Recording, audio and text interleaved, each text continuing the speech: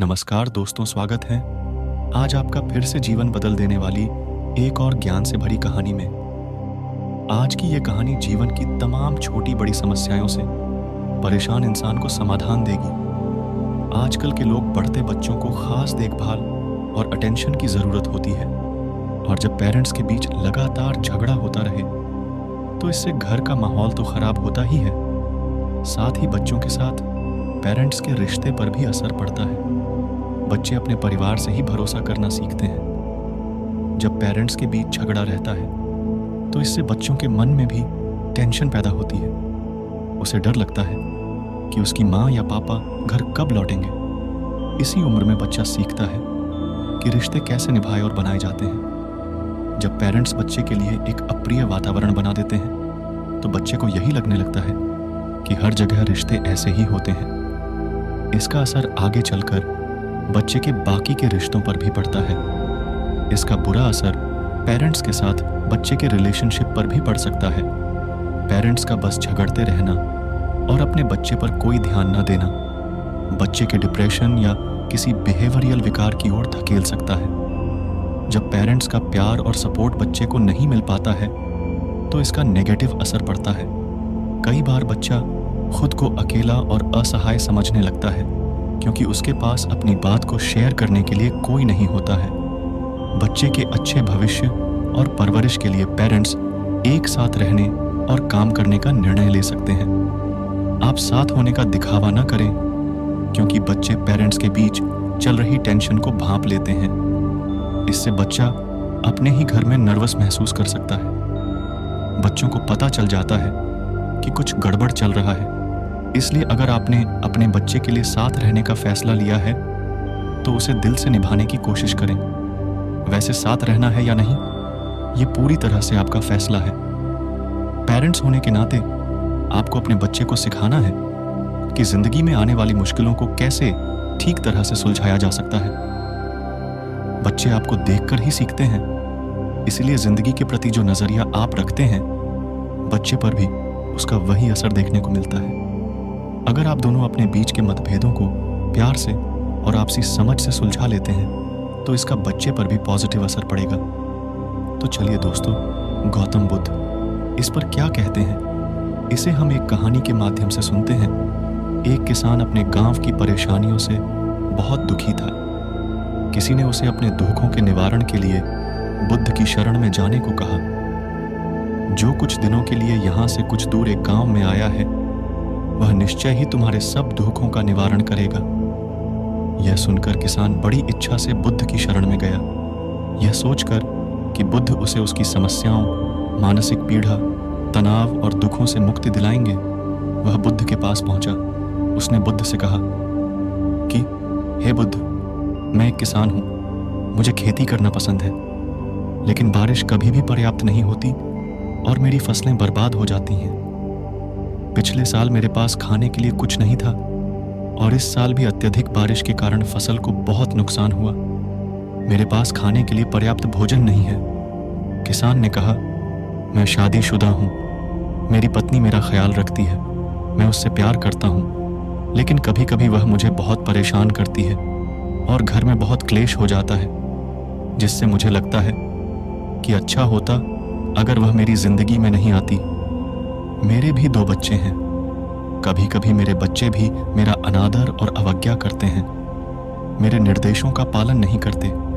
किसान लगातार बुद्ध को अपने दुखमय जीवन के बारे में ऐसी तमाम बातें बता रहा है। बुद्ध उस दुखी किसान की समस्या को ध्यान से सुनते रहे।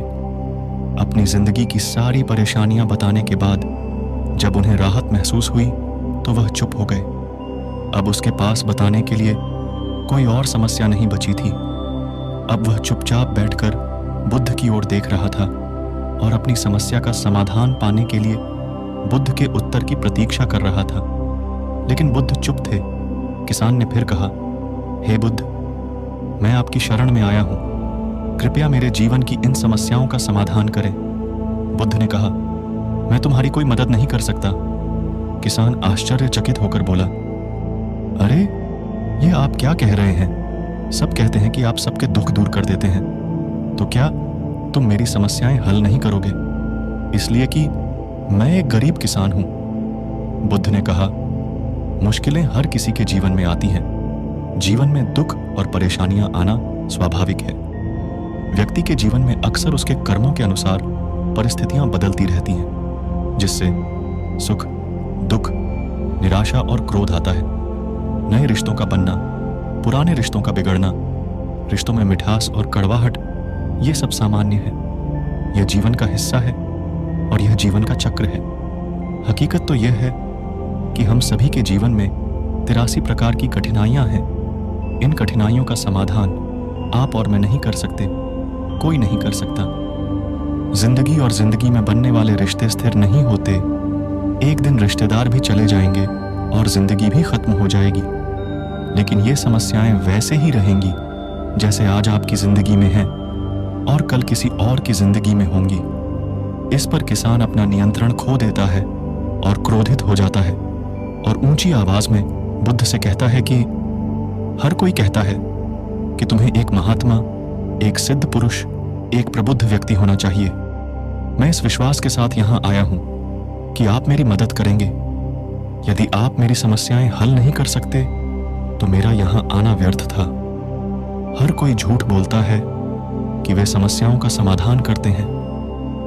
आपने मेरी एक भी समस्या का समाधान नहीं किया। तुमसे अच्छे तो वह महात्मा हैं जो 2 वर्ष पहले मेरे घर आए थे। उन्होंने मेरे लिए यज्ञ कराया, दान दक्षिणा दिलवाई और मेरे मन को असीम शांति मिली। कुछ सुख भी बढ़े और कुछ दुख भी कम हुए। लेकिन तुमने मेरी कोई भी समस्या हल नहीं की। तुमने मुझे सीधे तौर पर मना कर दिया। बुद्ध ने कहा, क्या वह सब करने से जीवन के सारे दुख समाप्त हो गए? इतना कुछ करने के बाद भी अब आप इतने परेशान क्यों हैं? अब आप पहले से भी ज्यादा दुखों से घिर गए हैं। तात्पर्य यह है कि जीवन में दुख कभी समाप्त नहीं होते। किसान बोला, तो क्या मैं मान लूं कि तुम मेरी मदद नहीं कर सकते? यदि आप ऐसी छोटी छोटी बातों का समाधान नहीं कर सकते तो आपके उपदेशों का क्या लाभ? बुद्ध ने कहा, मैं तुम्हारी 84वीं समस्या का समाधान तो नहीं कर सकता, लेकिन हाँ, मैं तुम्हारी 84वीं समस्या का समाधान अवश्य कर सकता हूं। किसान आश्चर्यचकित हो गया और बोला, 84वीं समस्या क्या है बुद्ध? बुद्ध ने कहा, यानी कि तुम अपने जीवन में कोई समस्या नहीं चाहते। आपकी सारी समस्याएं इसी समस्या के कारण उत्पन्न हुई है। यदि आप इस तथ्य को स्वीकार कर लें कि जीवन में समस्याएं मौजूद हैं और समस्याएं जीवन का हिस्सा हैं, तो आप जीवन की समस्याओं से विचलित नहीं हो पाएंगे। आप जीवन में आने वाली समस्याओं से विचलित हो जाते हैं क्योंकि आपको लगता है कि आप दुनिया के सबसे दुखी व्यक्ति हैं, जबकि सच्चाई यह है कि हर किसी को अपना दुख सबसे ज्यादा महसूस होता है। लेकिन जिस दिन आप यह समझने लगेंगे कि मेरा कष्ट अन्य लोगों की तुलना में बहुत कम है, उस दिन से कोई भी दुख आप पर प्रभाव नहीं डाल पाएगा। जब तक आप नहीं चाहेंगे कि आपके जीवन में कोई परेशानी ना आए और आप हर दुख दर्द से बचे रहें, तो यह संभव नहीं है। ऐसे में छोटा सा दर्द भी आपको बेचैन कर देगा और आपकी मानसिक शांति भंग कर देगा। अगर आपके जीवन से परेशानियां पूरी तरह से दूर हो जाएं, अगर आपको हर दिन, हर पल बिना दुख और कठिनाइयों के जीवन जीने को मिलेगा, तो आप ज्यादा दिन तक ऐसा नहीं जी पाएंगे। एक समय आएगा जब आप हर दिन एक ही तरह की जिंदगी जीने से पूरी तरह से तंग आ जाएंगे और ऊब जाएंगे, क्योंकि जीवन में किसी भी चीज की अधिकता जीवन के लिए भयानक समस्याएं पैदा करती है। आरामदायक जीवन जीने से आप मन और शरीर दोनों से विकलांग हो जाएंगे। तो ऐसे जीवन का क्या फायदा जो बाद में आपको नर्क जैसा जीवन जीने पर मजबूर कर दे? जिस तरह खाना खाने का असली आनंद तभी मिलता है जब बहुत भूख लगी हो, और पानी पीने का असली मजा तभी आता है जब बहुत प्यास लगती है, उसी तरह जीवन के तमाम दुखों और परेशानियों को झेलने के बाद ही खुशी का आनंद मिलता है। इसीलिए जीवन में सुख और दुख अलग अलग रूप में आते रहते हैं। हम चाहकर भी जीवन से सुख दुख को खत्म नहीं कर सकते, लेकिन उनसे इतना ऊपर जरूर उठ सकते हैं कि कोई भी बड़ी समस्या मन को विचलित न कर सके। इसके लिए अपने मन को शक्तिशाली बनाएं, धैर्य रखें, प्रतिदिन आध्यात्म का ध्यान करें, ज्ञान बढ़ाओ। यह आपके जीवन की सभी समस्याओं का समाधान है। इसे जीवन की चतुर्मुखी समस्या का समाधान कहा जाता है। महात्मा बुद्ध का यह अद्भुत ज्ञान पाकर किसान संतुष्ट हो गया और उसका मन बिल्कुल हल्का हो गया। मन में जो समस्याएं परेशान कर रही थीं, उनके प्रति जिज्ञासा शांत हो गई। किसान ने अपनी आंखें बंद कर ली और आनंद का अनुभव करने लगा। किसान को समझ आ गया कि वह अब तक क्या गलती कर रहा था और वह बुद्ध के चरणों में गिर गया। फिर वो अपने घर आ गया और अपने पत्नी बच्चे को गले लगाकर रोने लगा। तो दोस्तों, मुझे उम्मीद है कि महात्मा बुद्ध की इस कहानी बुद्ध प्रेरणादायक के माध्यम से आपके जीवन की कई समस्याएं समाप्त हो गई होंगी या कुछ समस्याओं का समाधान मिल गया होगा।